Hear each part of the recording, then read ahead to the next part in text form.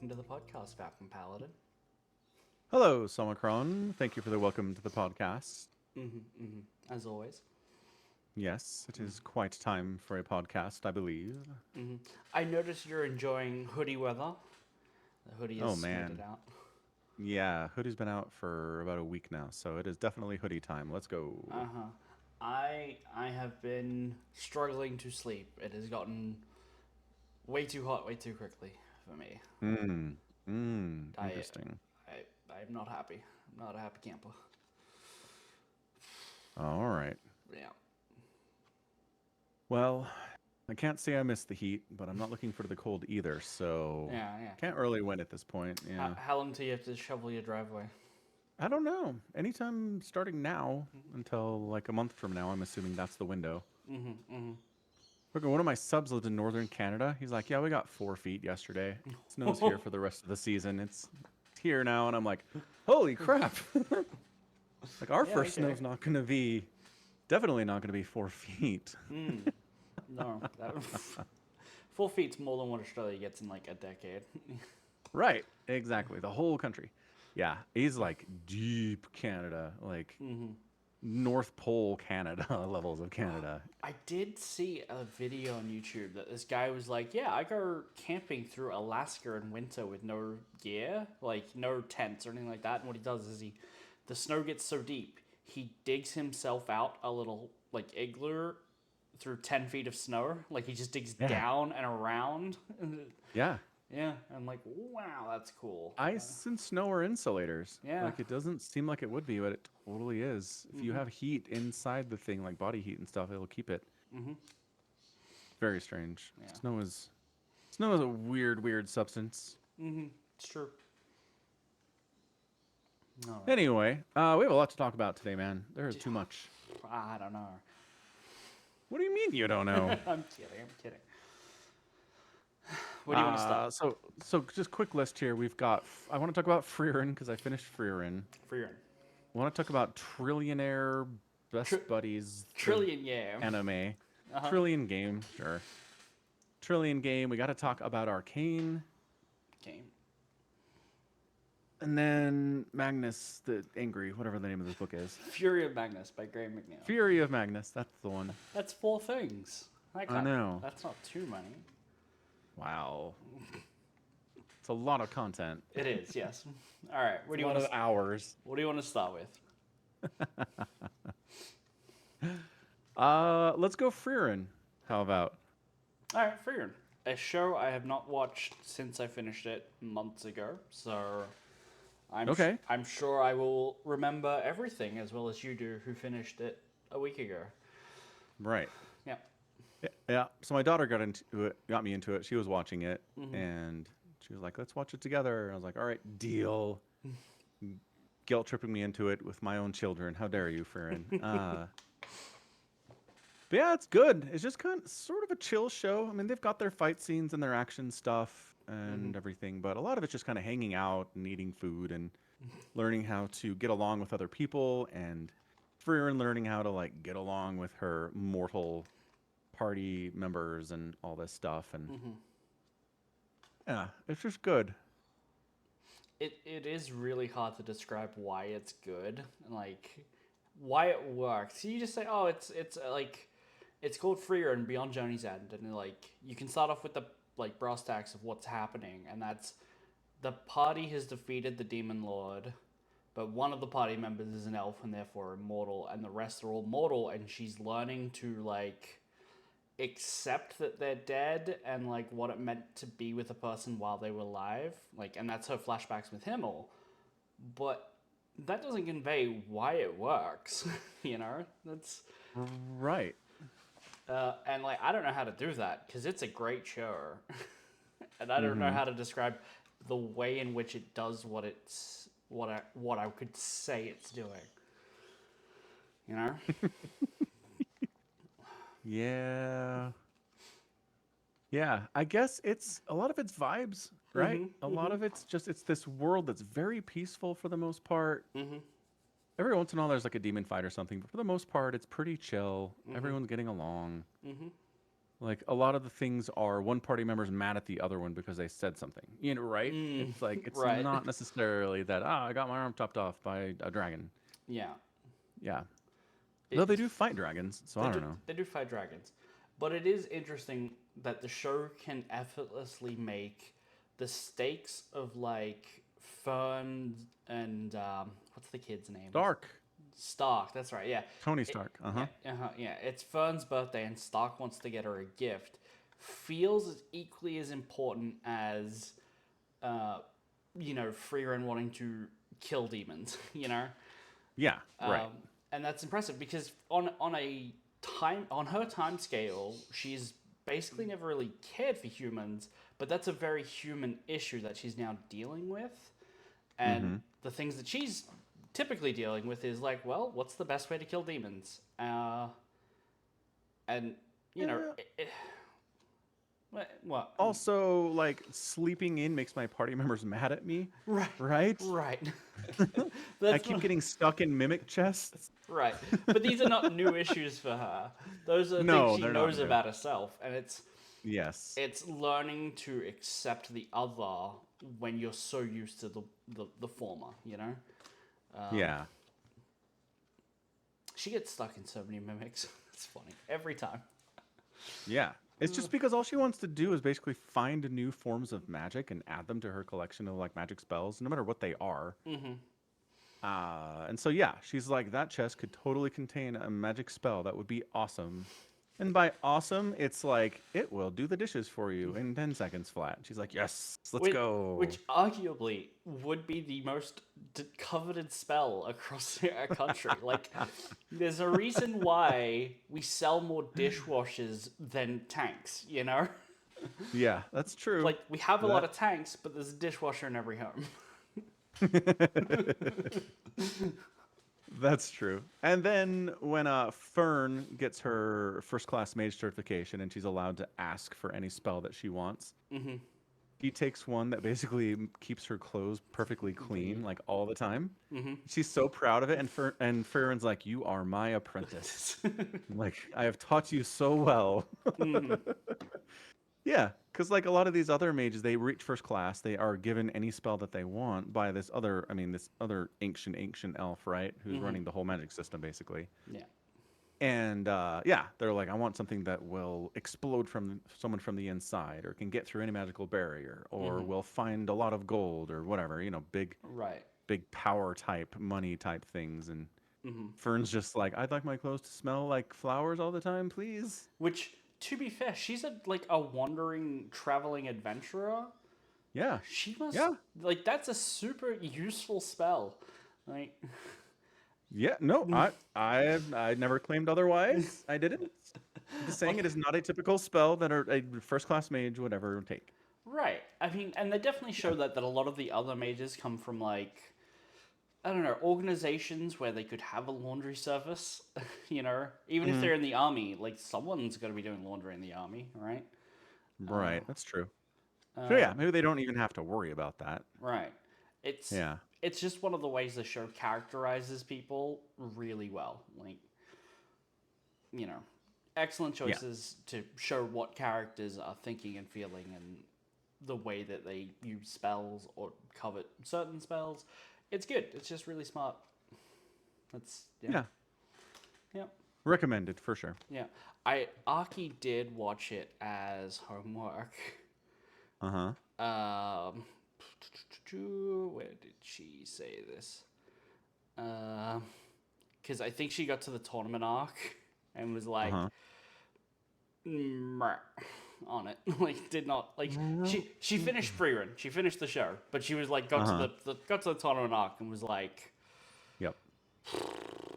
And I was like, every anime has to have a tournament arc. It is required by law. If you have more than 10 episodes, you must have a tournament arc included somewhere. Yeah.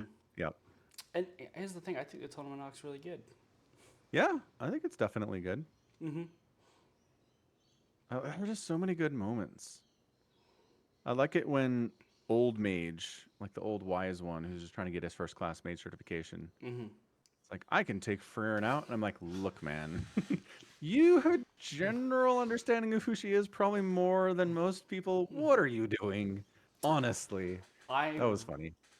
it's really funny when there are these magic users who are all supremely powerful going for this first class certification, and it descends into a fist fight, with an old Right. man. It is so funny and so good. Can't Yeah. recommend it I enough. guess I know.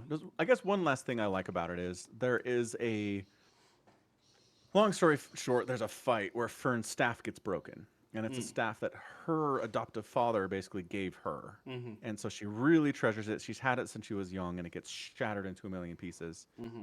And initially, Fern's just like, just get a new staff. Like, it's a magic staff. It's not a big deal, right? And Mm-hmm. Fern's like really hurt by this. Mm. So she's pissed off. But then they don't really show this, but at some point, Fern's like, oh, right. She does care about this stupid stick. Mm-hmm. I will respect her enough to get it fixed for her. Mm-hmm. And so she does. She goes and gets it fixed for her and doesn't like make a huge deal about it. She just like puts it on her bed and she's like, over like Fern's like overcome by emotion about this, like that Fern actually does care about her feelings and it's not just some kind of a robot. Right. Yeah. That's a nice moment. Mm-hmm. It's a very sweet moment. Mm-hmm. All right. Really in game show. Trillion game. Yeah. Yeah. Have you caught up? Are you at No. episode? Okay, where have you seen to? I think I've seen through episode 5. It's the one where 5. they win Uh huh. the tournament arc. Okay. Yeah. Yeah. Okay. So, Trillion game. I can't describe why I like this, but for entirely different reasons than Free Run, right? Uh-huh. Because this show is just very loose with like what characters can do just because they want to. Like Haru and Gaku, as I think the two primary characters' names. The tall guy who's very confident, he's a good smooth talker. If he's like, this happens in a later episode, but it's very similar to things that happen in like the first 5. He needs to meet someone who is a huge fan of like some idols, right? So he Right. just goes and does that, you know. Yeah. Yeah.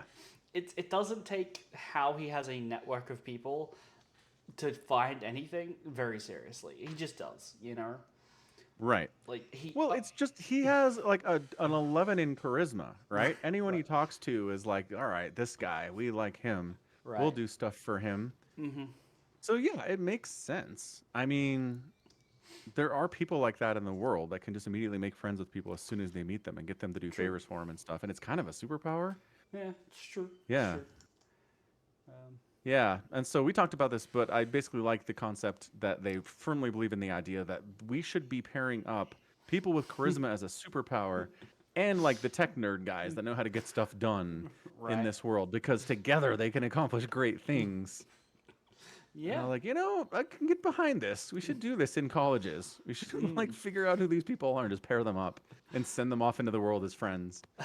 A buddy system with everyone on the football team and someone on like an academic track. Well, yeah, maybe. Some of the dudes on the football team are just meathead idiots that no one That's gets true. along with, though. That is I mean, true. maybe the quarterback or maybe a star receiver. Like, yeah, you look for these guys. Or in the business school, right? A lot of dudes in business school have the charisma for, you want to win meetings, you want to make friends, you want to network like crazy, and so that's how it is. But anyway, yeah, it's just good because I mean, Haru's very obviously understanding of his own limitations. He's like, I can't code. I don't know how anything works on the internet. Right.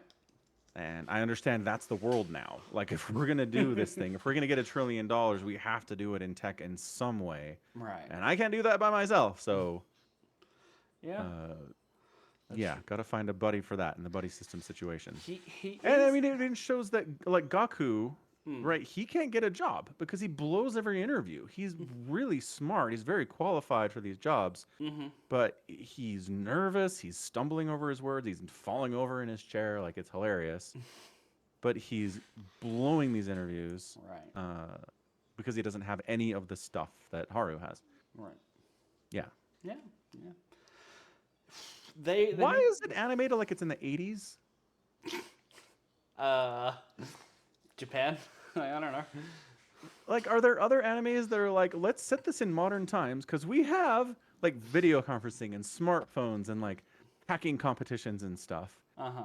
But then everybody is their hair is like they're from 1985, and what's her face main character girls dressing with like shoulder pads and like big flowers and stuff. I'm like, Kirihime. Yeah. this is animated in 1985, but it is set in modern day Japan. I don't understand why they're doing it this way. I don't know. Stylistic choices, the whoever wrote the manga or manhwa, I think it might be Korean. Um Must be. it just has a fashion fetish for like the 80s. I don't know. Yeah. I mean, that would explain it for sure. Ugh. Like, when it first starts, I'm thinking, like, is this like in the 80s? And then he goes and buys a Sony Vaio laptop, and I'm like, nope, definitely not the 80s. Right.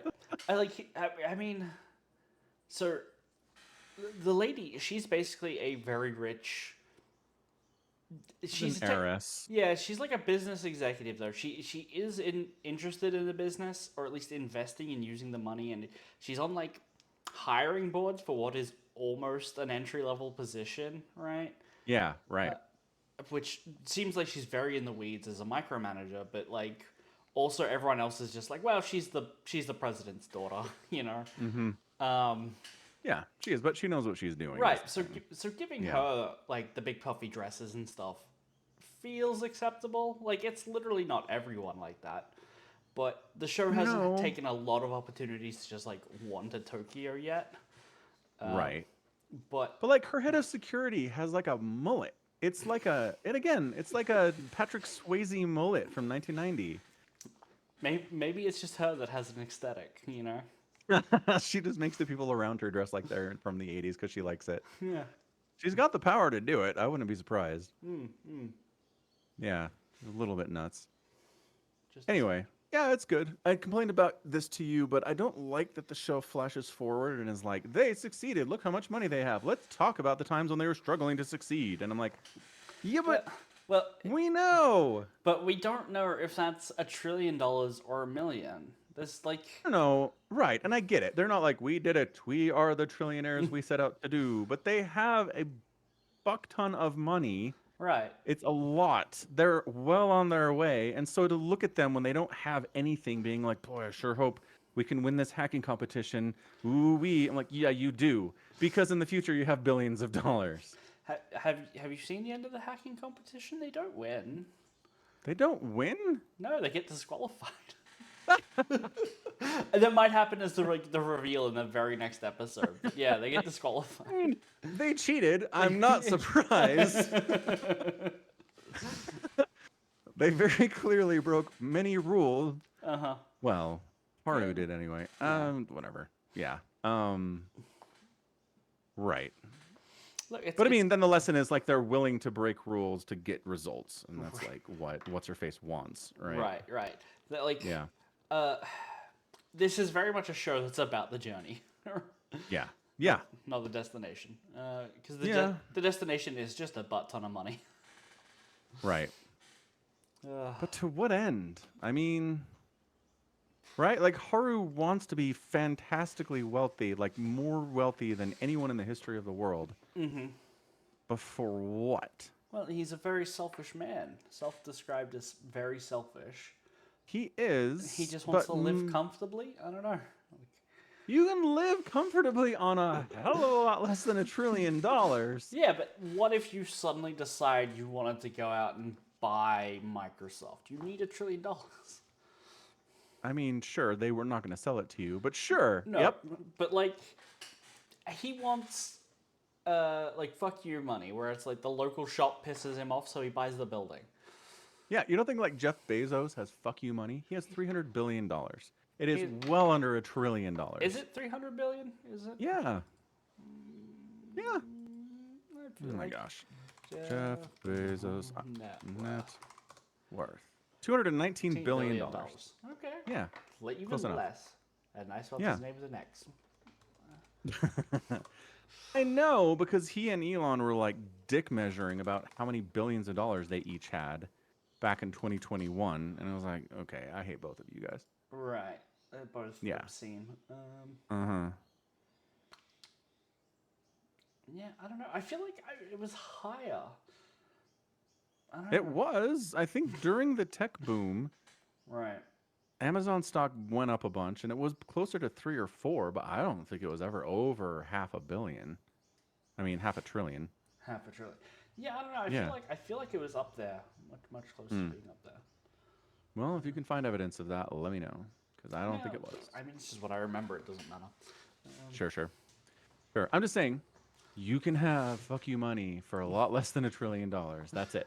Sure, but Okay.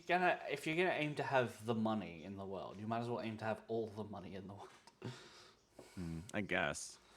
I mean, Maybe. yeah. I mean, that does seem to be what Musk and Bezos are doing, Sure. right? They'd Sure. like to have all the money in the world. Uh huh. Uh huh. Yeah. So there are people like this out there who just want to see number go up. Statistically, they nearly do. Yeah, right? Anyway, yeah. So this fun show, not terribly deep. No.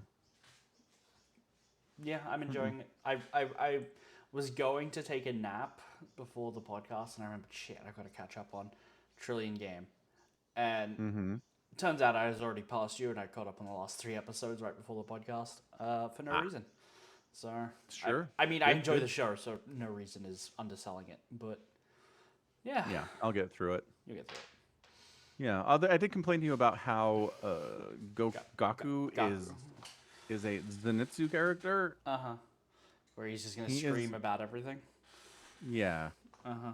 right. He's just emotionally unstable. Anything that frightens him or shocks him in any way, he absolutely explodes with a lot of noise. And I'm like, look, Mm. man, you need to be quieter. Yeah. That's all. This Yeah, guy I asked you if there was an archetype for for that that. within Japanese anime, and I did not know it off the top of my head. you think there is one though? Well, I'm on tvtropes.org, so accidental Uh-huh. misnaming, adaptional intelligence, uh, Mm. adapted out, Aesop amnesia, okay, uh, all of the other reindeer, all take no What's that? give, all of the other reindeer, you don't know what that is?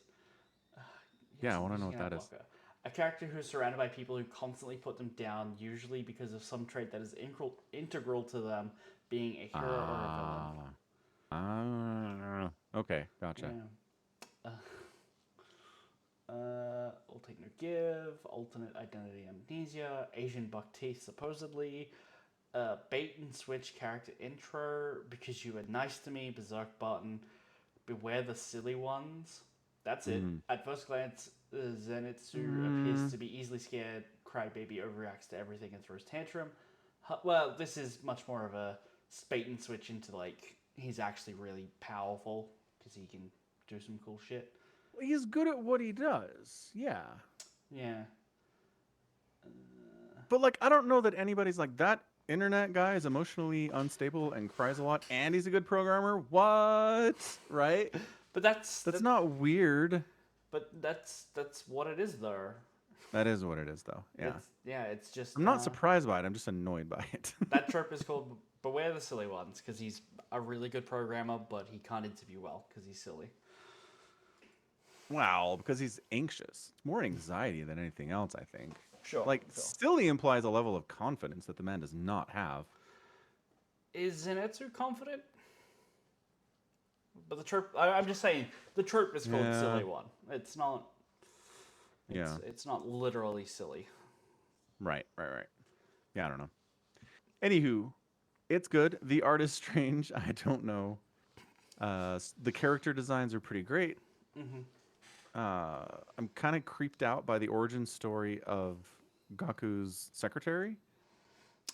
Like this Right. high school girl takes a job to be like answer emails for this super rich investor guy, and she's like, You never get any emails. Emails. I come to your office and then I look and there's no emails and I go home every day and you're making me come with you to this thing. And he's like, yep. And I'm like, all right. I don't like this relationship at all. It's very normal part-time job for a high school student. Yeah. Yeah. Anyway, I don't know what her deal is, but she's definitely not a normal high school girl. She's just very, I don't know, driven. I don't know. She's focused on her work. It seems to be how this is playing out. She just, I don't think if that dude pulled anything, he could get away with it. She'd just be like, nope, I'm leaving, and like, that would be the end of it. I agree with you. That's a good call. Yeah. Yeah. And I like how she's like just super straightforward about stuff. Yeah. Anywho. All right. So that's that. Pretty good. Pretty good. Pretty good. Yeah. Arcane. Arcane. Good golly, Arcane. You know, Arcane's kind of mid. Ooh, these last 3 episodes, it's just really not worth watching. At least not worth watching it once. You gotta watch them at least like 9 or 7 times, I feel like. One of those numbers, 9 or 7. Yeah. Yeah. Dude, okay, so one thing I just want to say as an overall arcing what they're doing here, the pacing is so fast in this season. Yeah. So fast. They're like, There was a subtle time skip here, right? that's true. That's true. But like they go from like Vander's a monster to Vander's probably dead in about 3 episodes. Right? Yeah. That's zippy. We've got Jace pops out of an alternate reality with a beard and like crazy ideas about killing his best friend, and then kills his best friend 3 episodes later. Like they are zipping through a lot of this stuff. Oh no, everybody got arrested for protesting against the leadership. Bam, they're in jail. And now they're out. Jinx rescued them. The end. It's like, wow, okay. Jinx rescues Isha. Like, I don't think she necessarily really cared, but organizing a prison break is certainly a good way to get out. Right. And everybody escaped, and then Jinx was Jesus for a minute, which I thought was very interesting. Right. Well, they escape out an elevator, and then they get killed by Vanda. Do they all die? No. I assume some of them did. But anyway, Jace's story is definitely way too zippy. We have absolutely no idea what's going on with him. No idea what's going on with him. And Echo were all down there in the Hex Core, but only he's popped out? Right. They're down there. They're investigating this weird corruption with the Hex Core and like this wild version of the power or the arcane that's like responding to what they're doing and it's not happy somehow. And then they get popped out of existence through some like trippy LSD experience. And then sometime later, Jace pops back into existence in the same room looking like he's been through hell. Right. Which makes him interesting. I'm like, good job, Jace. You're interesting now. Congratulations. He's been so boring. He is so boring in season 1 for the most part. Right. What I'll say though, Vanda's story is, I mean, it is zippy, but only if you haven't read any League of Legends lore, because it's not a twist that was Vanda, like, or that Vanda would turn into a giant werewolf kind of thing. Like, okay. In the game, he's called Warwick, and so, Warwick was Vanda, or at least, I double checked this after watching the episodes, and I should probably have looked at when that change log on the wiki was changed to include that information, because I could be wrong. They could have updated it from the show, but I feel like that was something that was known. Okay. And so when he dies in season 1, I think most people went, okay. Yeah. Knowing he'd be back later as a werewolf monster. And then when he breaks into the prison or is following... That character's name, by the way, is Singed. Oh, they never say that. Nope. He has a like real name though, Doctor something. yeah, but his Yeah. character name is Singed. I think it Okay. did you watch this with subtitles? I'm willing to bet you didn't. No, No, I did. I do not. And in it there is subtitles for Warwick panting, right? And Warwick is the name of the werewolf. That Van like that's what Ah. yeah. That's what he Okay. gets called Okay. as. Yeah. I gotcha. I gotcha. So All right. if It's still fast though. Like, oh, it's very fast, especially since I think statistically most of the people watching this not that big on the lore through the game, no, you know? correct. Like me. Yeah. Right. So It just goes from like Warwick recognizes Jinx uh-huh. to Jinx showing up in Vi's room and being like, "We gotta save our dad." Mm. To we find our dad, and then we immediately take him to Victor. There's no conversation about like what should we do with our dad, like what should we do with Vander. There's no like, "Oh, we heard there's this healer guy down here we can take him to." They don't say that. They just show up at the commune, and immediately work starts on that, and it's just like boom, boom, boom, boom. We are flying through this. Yeah. I mean, these episodes could definitely stand to be a little longer, I feel like, and set that stuff Yeah. up. But That said, they're pretty good at shorthanding it. Like the scene where they're in the tunnels and he recognizes Vi and they're hugging. And Vi's like, "Bring it in, Jinx." And Jinx is like, "Okay." And then Isha runs over and like, bro, like bear hugs everyone. I'm like, "All right, I'm in. I get it. We don't have to spend any more time on this."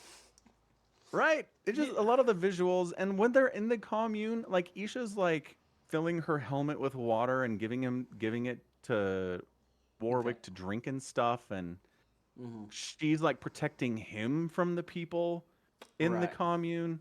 I mean, the Isha Vander relationship is insane. And there's not a lot of it, but they nail it every step of the way. It's crazy. I assume Isha's just taking Jinx's lead, right? And it's like, okay, this is Yeah. someone very important to Jinx. This is someone very important Yeah. to me. But the immediate like grandfather daughter kind of family dynamic that happens is instantaneous, right?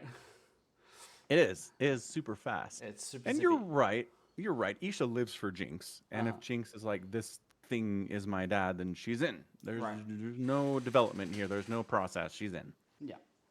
Yeah. Okay, so Jace kills Victor.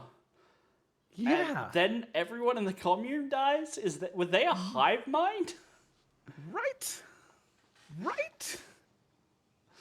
Like somebody, I did read this on Reddit. Someone made the point that when humans are in the presence of the hex core, it's cold and their breath is visible.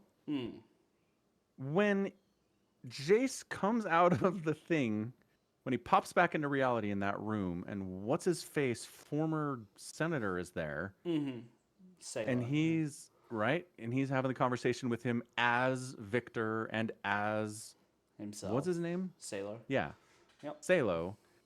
His breath is you can't see his breath. There's Oh, no okay. breath. Okay. He's not breathing like humans do. Right. So like if this is some kind of like I'm saving you, but also you're dead, and your body is being used as an extension of my brain now. Congratulations. It's like what? No wonder when Victor is like still hallucinating his dead assistant is like, Yeah. you're a finite, like all systems have limits. And he's like, yeah, but this one's worth it. It's like, oh, he's going to inhabit a murder machine. Cool. Super awesome. That's a great reputation for the communist commune.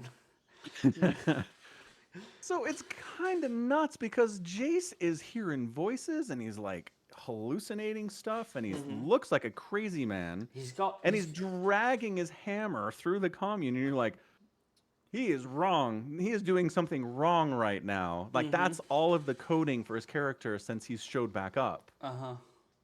But then he kills Victor and everybody goes, ploop, and you're like, maybe Jace was right. That's what I did. Yeah. I was like, holy what? Jace was right this whole time? What is going on? Yeah. So I don't know. It really seems like whatever he saw, wherever he went, Mm-hmm. He learned something. Somebody Well, told him something, or he figured something out, and he is driven by this thing now. so Victor is talking presumably to himself about that, Yeah. like, Jace doesn't seem like he's in control of his body. There's something else in control, maybe. Ugh. I took that figuratively. Like he'd been indoctrinated into believing something. Maybe, but he does also have arcane runic gems embedded in his wrist. Right. That's true. And he almost blows away like a 10-year-old, so that's Right. not great. Yeah. Yeah. I don't know. Like, I appreciate that, though. I appreciate that Jace murders Victor, and I'm like, I don't know who's right here at all. Right. Yes. I need more information about this event. Yeah. Uh, Yeah. Yeah, good on Jace. And yeah, where's Heimerdinger? Like, why didn't they come back with him? don't I'm know. so worried about them now. I Uh huh. like Echo. Uh huh. Uh huh. Yeah. That's pretty nuts. And like again, the speed with which the season goes. Like, what's his face? Sonos Who? is the guy, the blonde dude, the only blonde in the show who we were just talking about. Oh, Salar. Oh my gosh, Sallow, sure, Yeah. Sallow face. Sallow. He goes from reclining on his bed in that club, having a conversation with his prostitute, whatever lady. His drug dealer. She's like, there's this guy who says that he can heal people. I've seen amazing things. We go from that scene to he's walking around and he's a homunculus now. And I'm like, wait, what? Did we miss something Yeah, here? yeah. You missed They are like just skipping stuff. You missed like a presumably 2 or 3 year time skip at the least. Okay, so it's just the time skip then, is what you're saying. Uh huh. Yeah. Okay. Because when we first see Okay. Salar up and walking around, he's collecting hex juice from the core where Jace pops out. Right. You know? Yeah. What was that about? Ostensibly, Victor needs it because Victor's in charge here. Yeah, maybe he drinks Yeah. it. I don't know. I have no idea. Yeah. But then Absolutely you no clue. do see Victor succeeding in kind of bringing Vander out of the beast, right? Mm-hmm. Making so that Vander is more in control of what's going on, Right. less at the mercy of whatever the beast wants to do, Mm-hmm. which seems like a good thing. Mm-hmm. So, but what if it just turned him into a mindless zombie like everybody else that would have died when Victor died? Yeah. Maybe. And why did he turn into a raging lava monster? What happened there? Well, here's the thing. You know the white hex corruption that all of the healed people have? Yeah. Yeah. He's got part of that after every session on his face. Okay. So he's not like 100% there, but he's on his way. He's on his way, right? Like, Yeah. Victor was working on him, and I can only assume, that when Victor went, something went with him, you know? And that turned him into a lava monster. Because Shimmer. Sure. Yeah. Yeah, because Shimmer. Right. Good call. Yeah. I don't know. I mean, some of the other episodes might go into it a little bit more deeply, but Yeah. yeah. The thing I really like about the show, and the thing I'm enjoying the most, is its ability to go from episode 3, where Jinx is getting her finger shot off by Caitlyn, right? And like Vi And Isha's saving her life. yeah. Vi, Jinx, and Caitlyn all going their separate ways, and 3 episodes later, there's a bit of a time skip, but the show has given a suitably plausible set of events for all 3 of them to work together on the same side, you know? That's true. Yeah. Like Caitlyn's been Oh, she had the I same mean- idea I did, which is bang the redhead. right. But I was gonna say she's being groomed by Bessa, right? Right. Mel's mom. Uh-huh. Yeah, but also banging the redhead. And Uh-huh. I'm like, they gave her something to do, kind of. They She give her shows someone up to for do. like 10 minutes. They have a really nice conversation. She's there, and Bessa's like, "You're out," and she's like, "Okay," and she never comes back Right. for the rest of the episodes. Wow. But I was glad they gave her some characterization. Yeah. Like, she has things that she wants. She she's trying to maybe guide Caitlyn in certain directions as well. So I'm like, all right, good for you. You have motivations now. Welcome to being a real character. Yeah. Dude. Oh, yeah. I mean, yeah, the whole thing with Caitlyn, just like slowly accepting what, her authority, what she's into.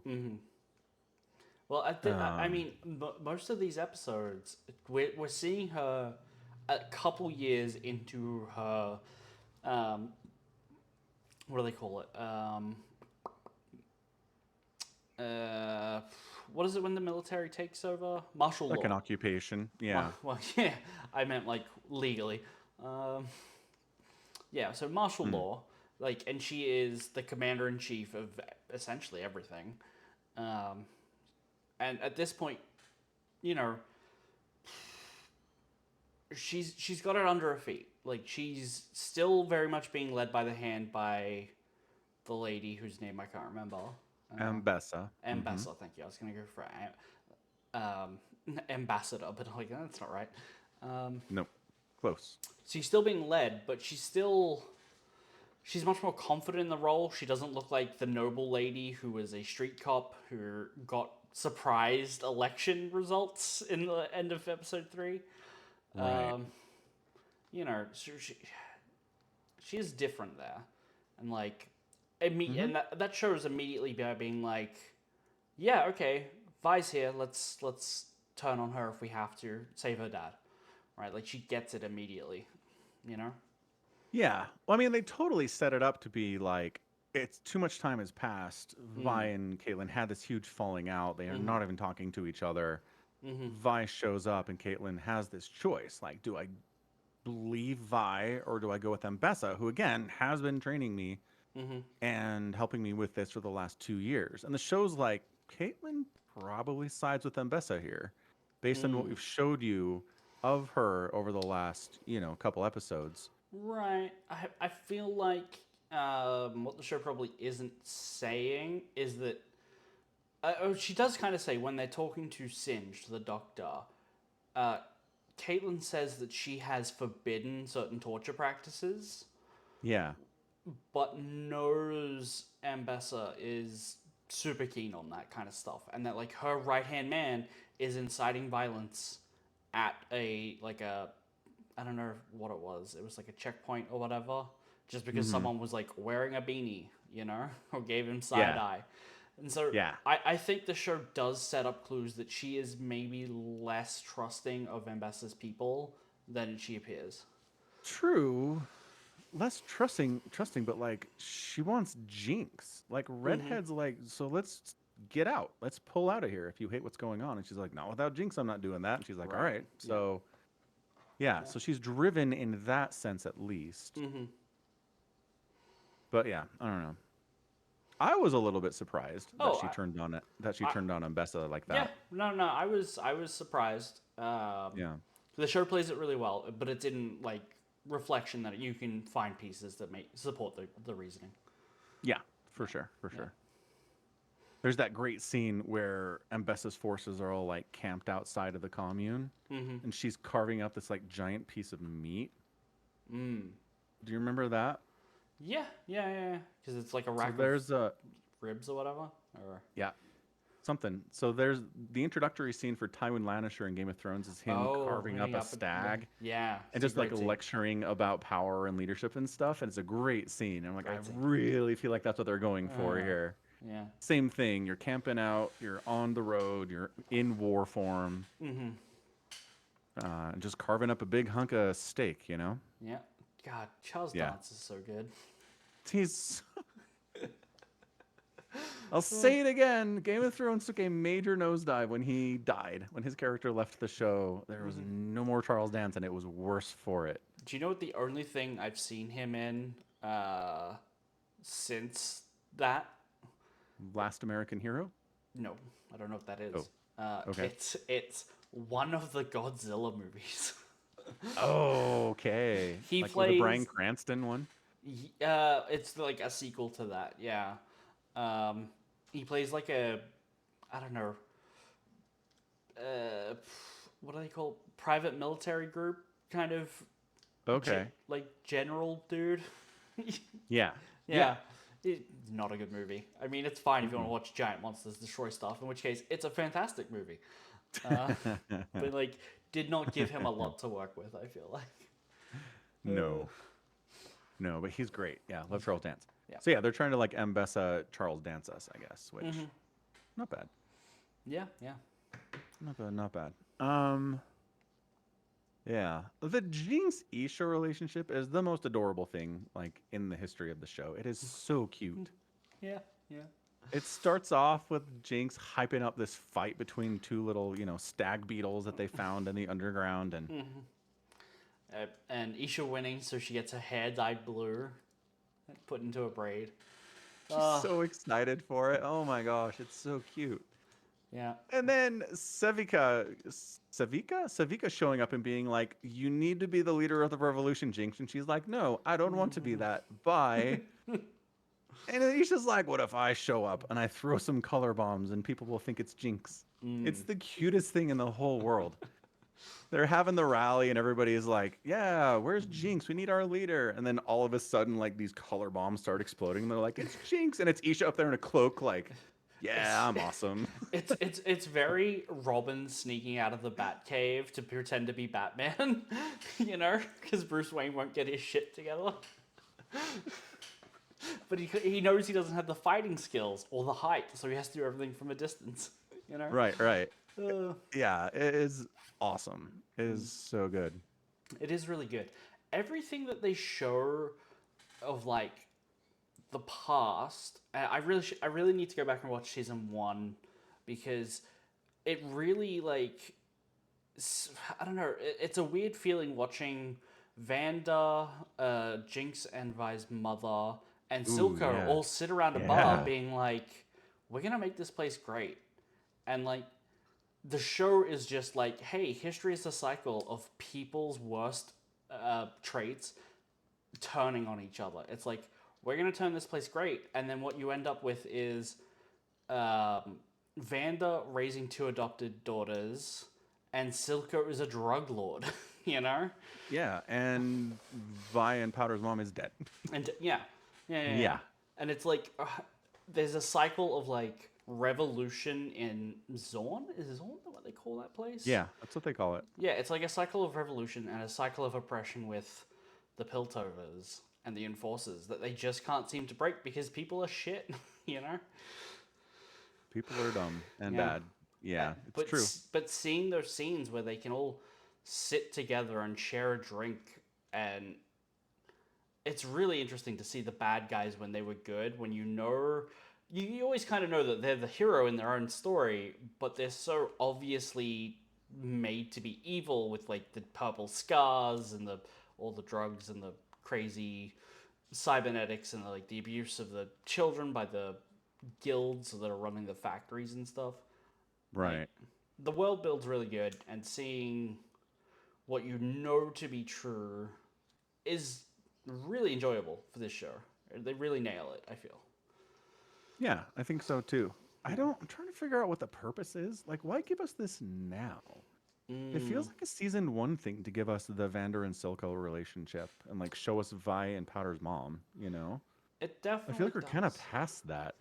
Yeah, I mean, I think they're doing that to put you in the frame of mind of Isha as Jinx's daughter, Hmm. and then Yeah. seeing like that get her killed. You know, Yeah. I think it's entirely just there to manipulate you into making that hurt twice as hard as it already would have. You know. Seems unnecessary. Right. It's also, I think, to remind you who Vanda was because, It's been a while. it's been a He while. dies. He dies in like episode 4. Right. No. No. Is it Yeah. sooner? 3, right? 3? I haven't seen season 1 in And forever. Like, couldn't it's tell episode 3 when Powder blows everybody to hell and everyone dies. you. Okay, so 3 then. Yep. End of season 3. Episode 3. Yeah. Okay. Yeah. So I mean, it's been a while since we've seen Vander wandering around. Yeah. Anywho, yeah, it's just man, it's good. It's so good.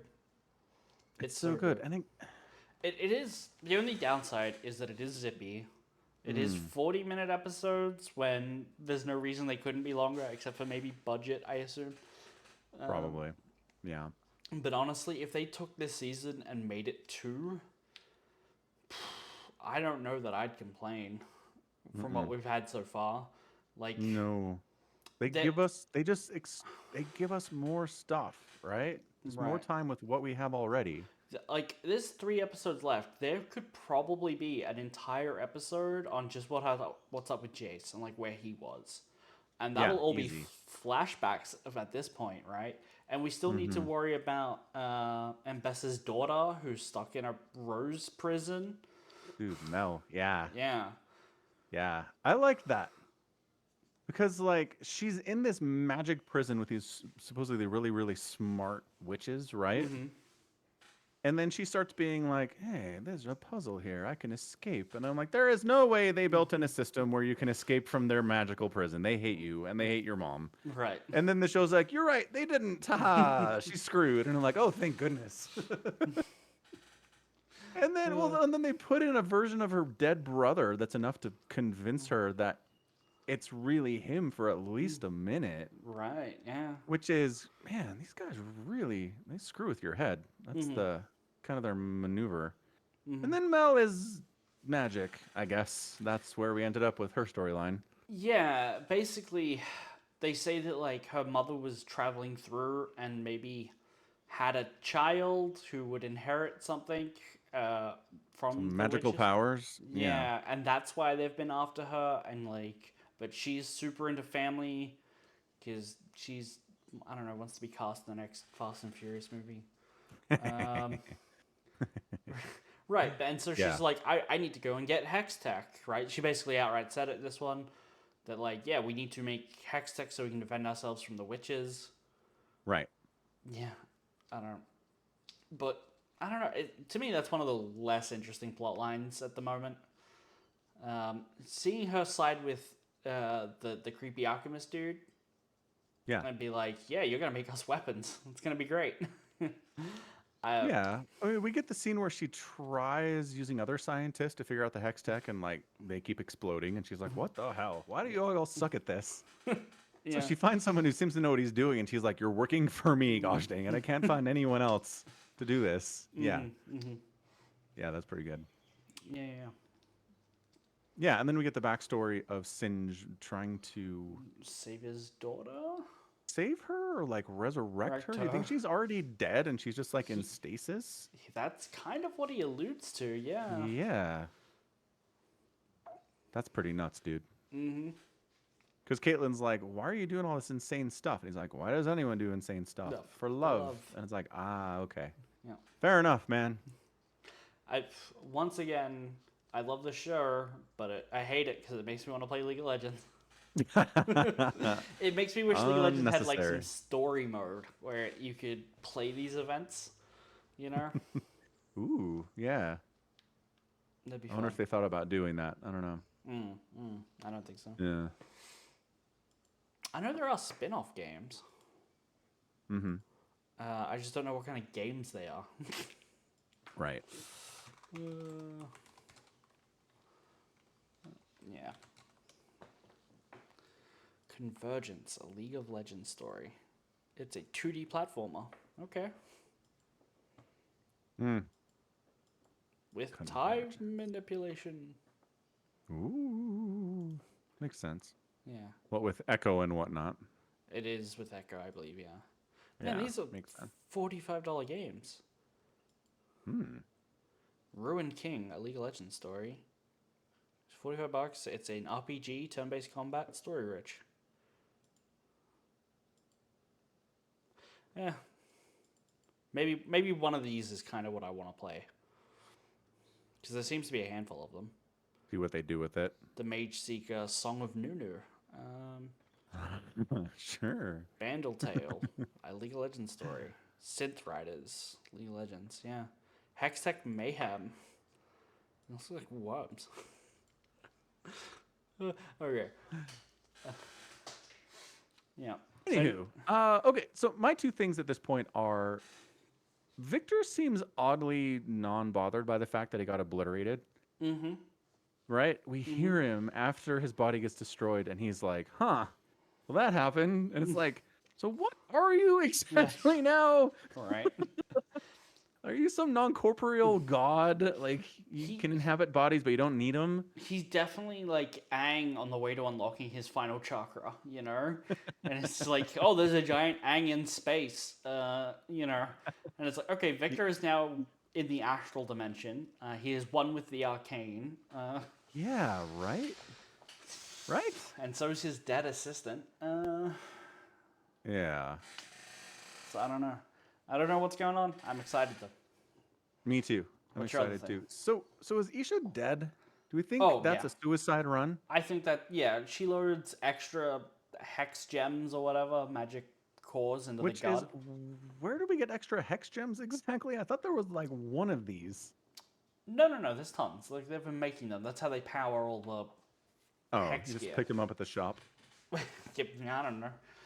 I don't know Okay. how long they last. I don't know if they're consumed like their ammunition, but her gun has room for multiple. So True. yeah. Yeah. So she is like, oh shit. Mhm. Jinx's dad is a giant enraged lava monster, Mhm. and Bessa's forces are stabbing him to death. Uh huh. Jinx is in So trouble. She's been stabbed. yeah,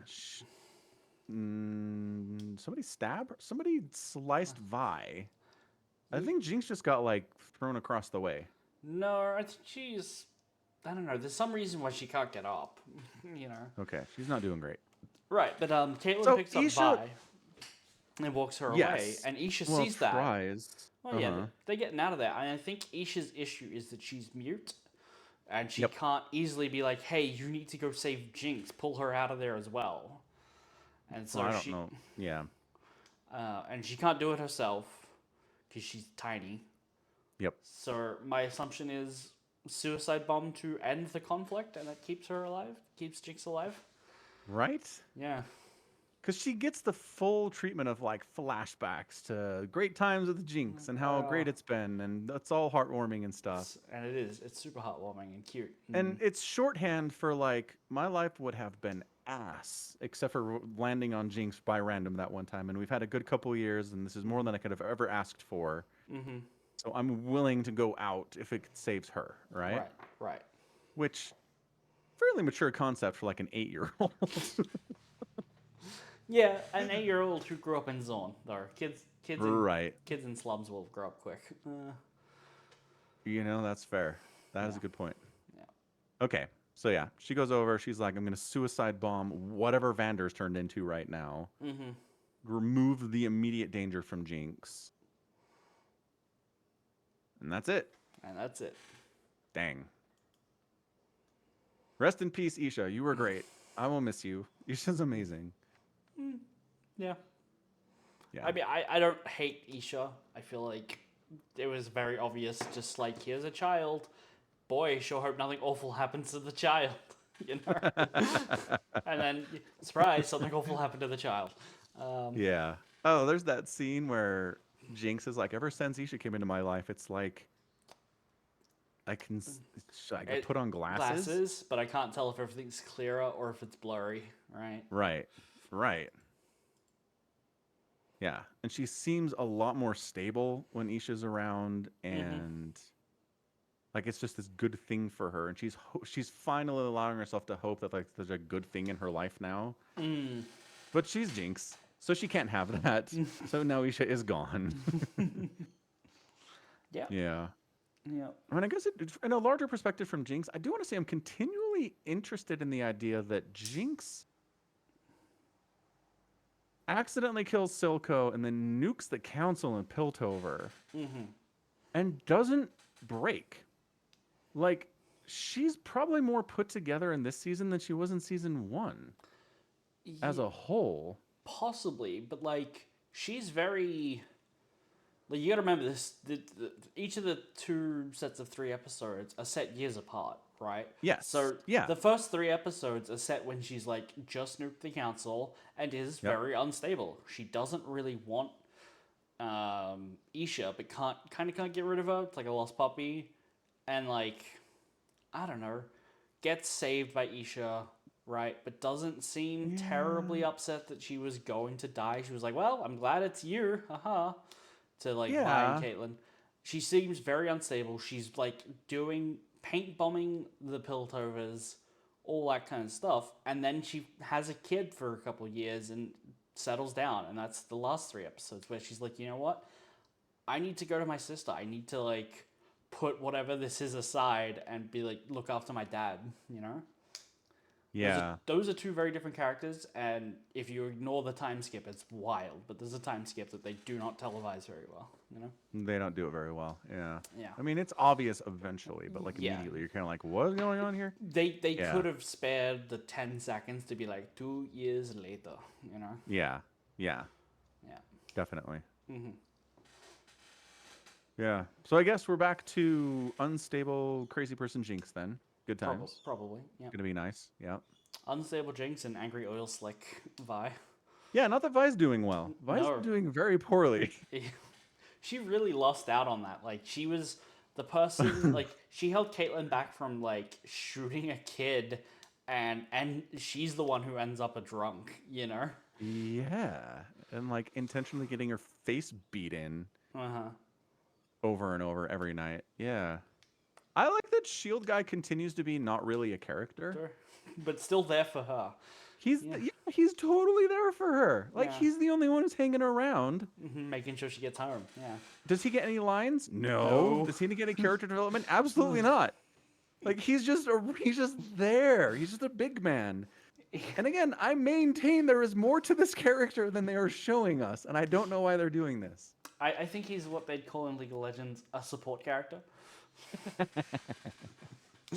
Yeah, I don't know. Again, it all just comes back to when they're drinking in Piltover, and Vi's blasted, and he's pretending to be unconscious. But he actually like looks at her and kind of like has this intelligent like I'm checking you out, what's going on with you kind of a thing. Like if you're pretending to be drunk and you're not actually drunk and you actually know what's going on, there's something more going on with your character. I think it's He's just scoping her out for the cops. No. I mean, here's the thing. So we are introduced to him also sitting out in the rain, also drinking. I think Yeah. he is a cop who has been through something and recognizes that in her. And Yeah. like the next day, it's just him snooping, in like a friendly way. It'd be like, okay, what is this person into? Is it anything that's gonna get me killed? Are we like, and they just become friends. Like I don't think there's really anything more to it other than like, here is someone who's gone through some shit, and that shit has maybe followed her here as we wake up drunk in the street. And so he's just like scoping that out. I don't think he's like embedded from the police or whatever to be like, look, you have to look after her. She's a person of interest. I don't really think that, because like, I don't know.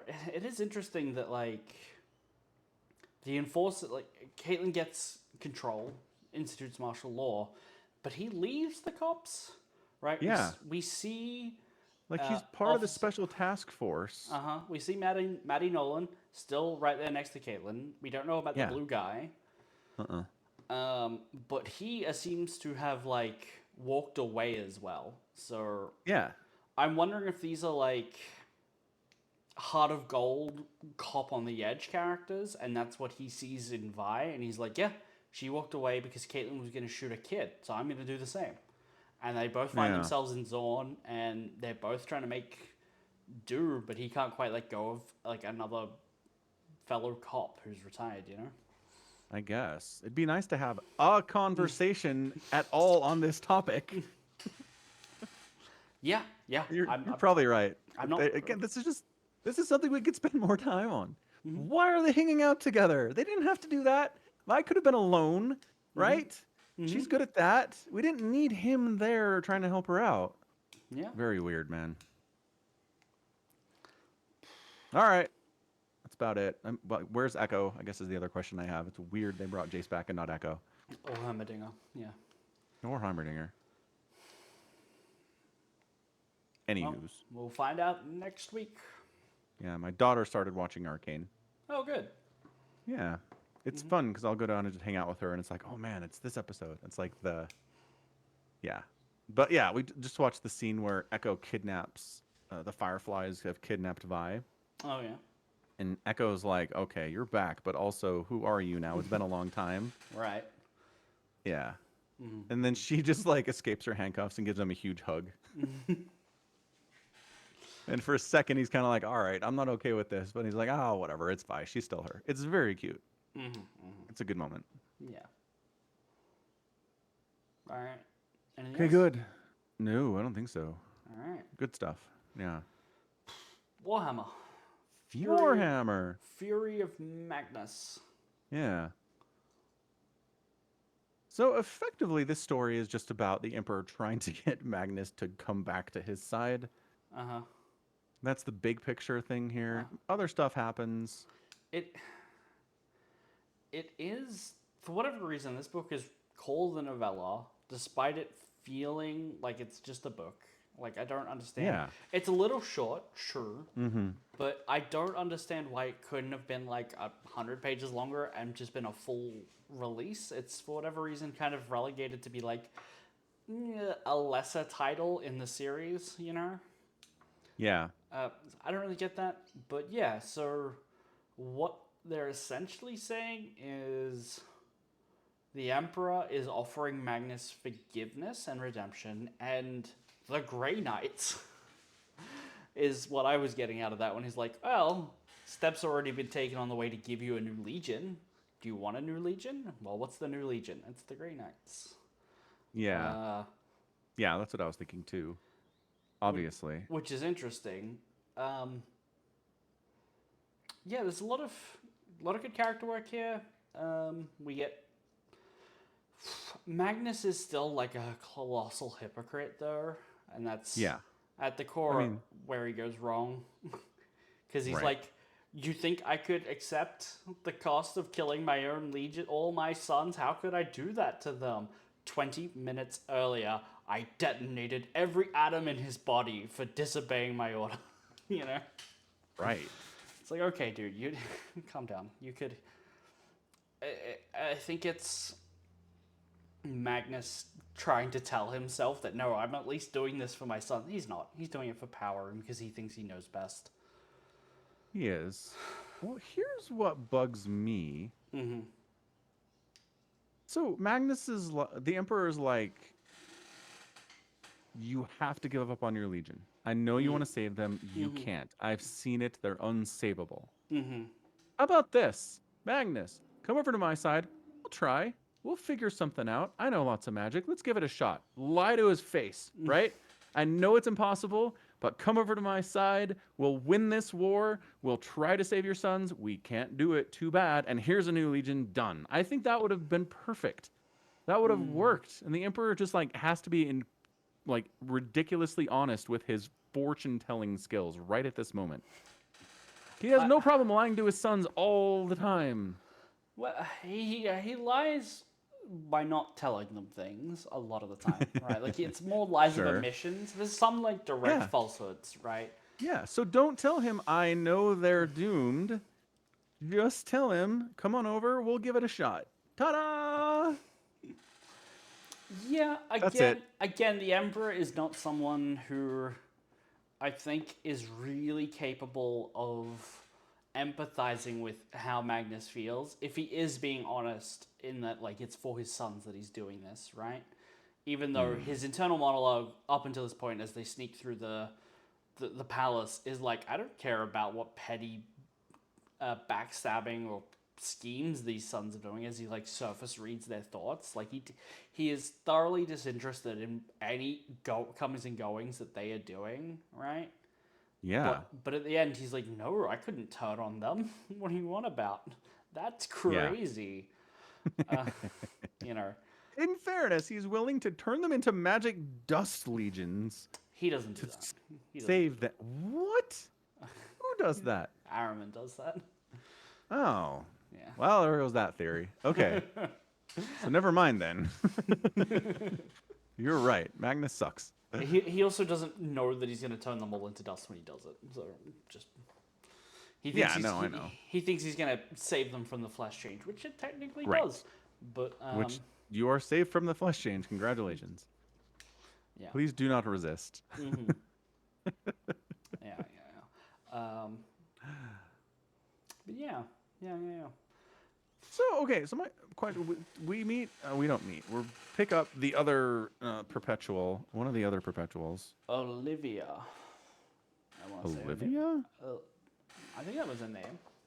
No, No? Alvia or something like that. Alvia is so far from Olivia. You're right. Yep, incredibly far. He puts it in the afterword. He talks about her. Uh, um, Olivia. Oh yeah, so it's oh. Olivia, but with an A. Oh, okay. Well, I've only got the audio book to go off, so I have no idea how anyone spells their names. So, Olivia or Olivia? Yeah, Sure. it's spelled Alivia. Ah, yeah, here it is. Because I was looking at a list of perpetuals in 40k, and I'm like, I don't see an Olivia. But yeah, nope, there it is. Olivia That's her. Sureka. Yeah. Anywho, perpetual. Mm-hmm. Yeah, so she has this adopted, she's got 2 adopted kids and an adopted husband, and she gets them off of whatever planet is that's doomed and gets them to Terra and gets summoned to effectively like the biggest meeting of bigwigs that there is on Terra right now. Mm-hmm. Uh, and yeah, so she basically gets put on a secret mission Mm-hmm. to maybe save Magnus. To maybe have Magnus be redeemed, yeah. Which they Yeah. have to keep hidden from, like, Valdor, because he would be like, you cannot hold a secret meeting with an enemy general underneath the throne room, you know? Right. It is Which, way too close for comfort. No. fair, fair. You know what, fair. Totally. Totally fair. Yeah. Yeah, Magnus fair. does end up trying to kill the Emperor, so Yeah. yeah. Yeah. Yeah. So, So her job is to play get chess with Magnus. yeah, and then get murdered Murdered. and then come back to life because she's a perpetual Uh-huh. and then Give her perpetuality to Malcador so he could live. right?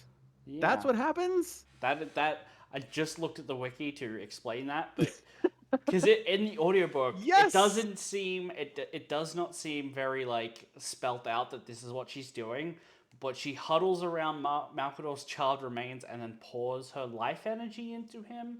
That is not what the book says That is at not that all. is not what the book says. But what happens No. is she cries and then Yeah. Malcador gets better and then she Yeah. dies.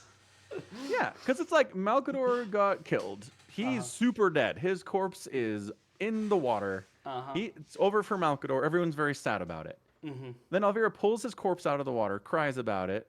She dies. Yep. And then the next chapter, it's like Malcador's running around, and I'm like, what the hell? Where did he come from? Well, He was dead. we do get a scene where Malcador like hugs her and is like, "I'm sorry, Olivia." I lost you there. He is Wait. what? Malcador like hugs her and is like, you know, as she dies, like his arms wrapped around her or something, his bony thin arms or whatever, Or something. or something. I finished the book days ago. I listened to it in Oh. one sitting. I mean, yes. I tried to space it out because I was like, I'm going to forget stuff.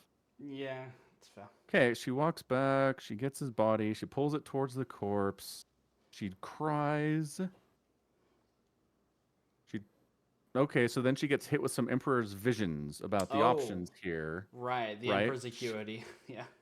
Yep. Oh, okay, that's what the. So she Emperor- basically sees 40k versus what would Heresy happen? wins, right? Yeah. Yeah. And decides that 40k is better, and the Emperor is like, "Look, I'm going to teach you how to pour your spirit magic energy into Malcador to revive him, because he has the lesser kind of perpetuality, which is you live forever, but you don't regenerate if you die." Right. Which is not as useful. Not as useful, but I don't know, potentially nicer. Could you imagine Potentially. nicer? Like Vulcan gets tortured for years by Right. Conrad. I think if he just died, that's a nicer version of perpetuality.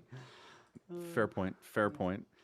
So she says what the Emperor had shown her in for 40K was a little better, but at least there were lives. Even in this bleak reality, men and women still loved one another, raised their children as best they could, still served something greater than themselves. They clung to one another when the darkness closed in and endured the unendurable, because that's what people did. So, yeah. And then she sees basically the Primarchs coming back. Yada, yada, yada. You guys are very clever.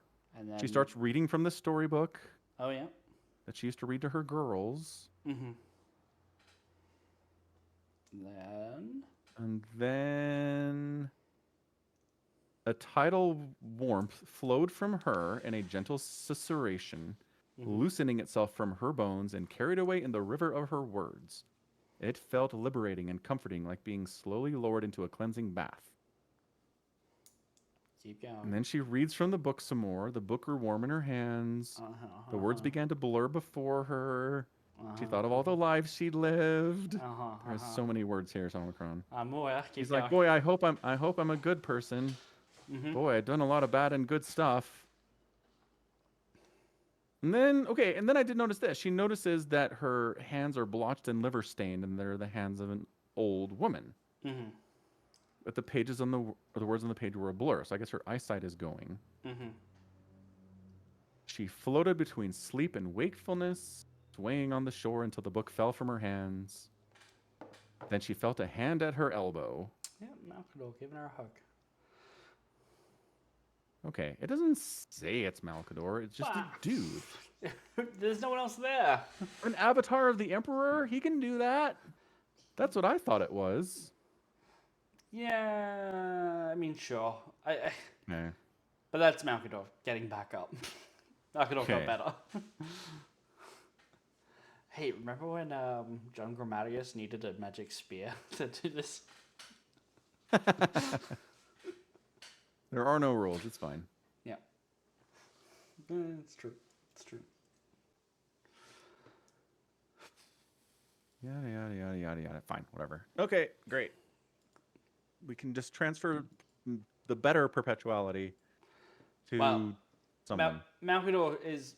he gets revived, but he doesn't get the better perpetuality permanently. Like, he's not, like, unkillable now. Right. Yeah. Which is nice. Yeah, he just gets back up. I heard you're dead. I got better. Got so better. Yeah. Magnus was sad he killed you. It wasn't his intent. But those words came back to bite him. Sure did. My goodness. Yeah, I mean... That's basically it. Horus does a thing in this book. What did Horus do in this book? He, like, comes down and, like, grabs a ship out of the air and smashes it into the wall and causes nuclear explosions. And, like, kills everybody but the Legionnaires. I must have missed that. Yeah? Doesn't sound like it was very important to the story. It wasn't. Not really, no. No. See, every single time you search Horus in this book, it's talking about Horus's legions. He never does anything. No. He's too bloated by the powers that infest his body. To do anything. Good on you, Horus. Yep. Keep killing it, man. Whatever. Horus does a thing, I guess. He does a thing. Cool. Yeah. Way to go. All right, cool. So yeah, that's pretty much it. Yeah, we get some neat interactions between the salamanders and the space wolves, and the space wolves. Maybe maybe like some evidence that the psychers for the space wolves definitely are doing different stuff from like regular psychers, and then when they say, "Oh no, our power comes from Fenris," they really do mean that it comes from the planet. That's a good point. That is something this book really gets into for sure. Yeah, just a little. Yeah, I don't know. It's interesting. I don't think it changes much. The Space Wolves are still utter hypocrites for Nikeo, but like it is the funniest thing because they show up. There's this part where like he immediately uses the ice magic. It's like their introduction to this character, and they like save him, right? And then it's like, what are you guys doing? And he's like, we're looking for evil magic users. And it's like, what did you just 2 seconds ago do? That was It good is the magic. most, yeah. But they don't call it that. I mean, yeah, the Maleficarum, whatever they call it. Maleficarum, yeah. Yeah, so that's what they call bad magic. Yeah.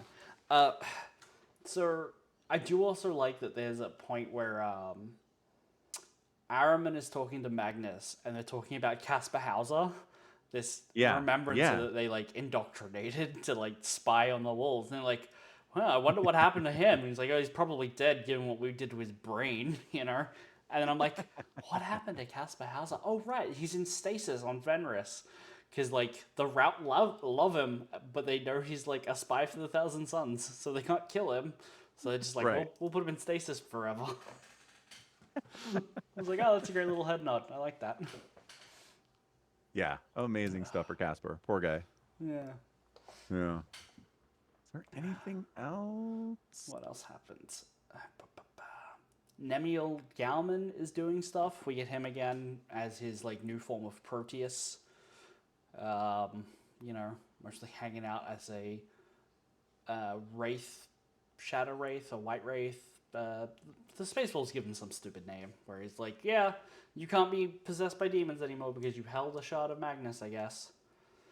Right. Yeah. Sure. Sure. That happened. Yep. Yeah. Um, Vulcan gets to be awesome, but then he gets his ass kicked by Magnus. right, but he's a perpetual, so it doesn't matter. No, it really doesn't matter. No. And Magnus can't die either. Oh yeah, like Magnus fully lets go of his corporal Right. form. He's a ghost Right. now. No, so he there's a point where he's like saving a bunch of civilians from regular old white phosphorus or something, right? Like some bombs. Right. And he's Right. like, he used every reserve of strength he had except for the demons. It was there, it was his to command. But if he did it, the Emperor's telephesic ward would shun him. Like it would just register him as a demon, and it would kick him out for being too demony, right? It's the wrong kind of magic. Demon. Right. Yeah. It's not Yeah. the good magic. It's too bad magic. And so when Magnus is about to be killed, basically in the throne room, he reaches for that power, and the Emperor's telephesic ward or whatever shunts him from the palace. Because he's like, oh no, you're not supposed to be here. You're a demon. And that's him fully embracing demon Primarch goodness. Okay. Gotcha. Yeah. So he's in. He's fully there now. He's in on it. All right. Yeah. He made his decision. Yeah, Grant McNeill afterwards says it didn't really sit well with me that he hadn't really made that decision yet. Like everything that happened was kind of thrust upon him, but he never really like set down that path like Mortarion did or like Horus did, right? So he's like, I wanted to give him that. I wanted to give him that moment where he decides this is what he's doing. And so Right. yeah, that's a lot of what this book is too. Yeah. Yeah. All right. Good. Good. So Next book is Mortis by John French. Mortis. Yeah.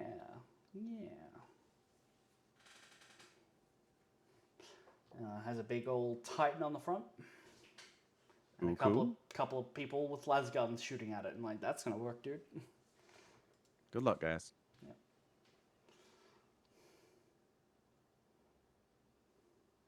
All right. Buy now with one click. Boom. Did it Done. use your reward bucks? Not until I refreshed the page. It didn't. Every time. Every time. It is hard coded that way.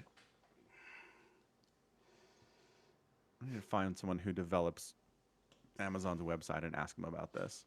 Go Has for to it. be intentional. Yeah. Okay, good. I think that's it then. I think that's it. Excellent. So that is going to be it from us. This has been Falcon Paladin and Somicron with another edition of the Falcon Paladin Hour, streamed live at twitch.tv/Somicron. You can support the podcast by subscribing to Somicron at twitch.tv/Somicron or on patreon.com/Somicron, buying merch at falconpaladin.store, or by watching the VODs on youtube.com/@Somicron. So, check it out. Thanks for being here. We'll be back in a week with more Warhammer and more Arcane and I don't know, probably more of that Trillion game anime too. Maybe. Yeah. So be here with us, and until then, you stay safe and healthy and take care of yourself. Bye-bye.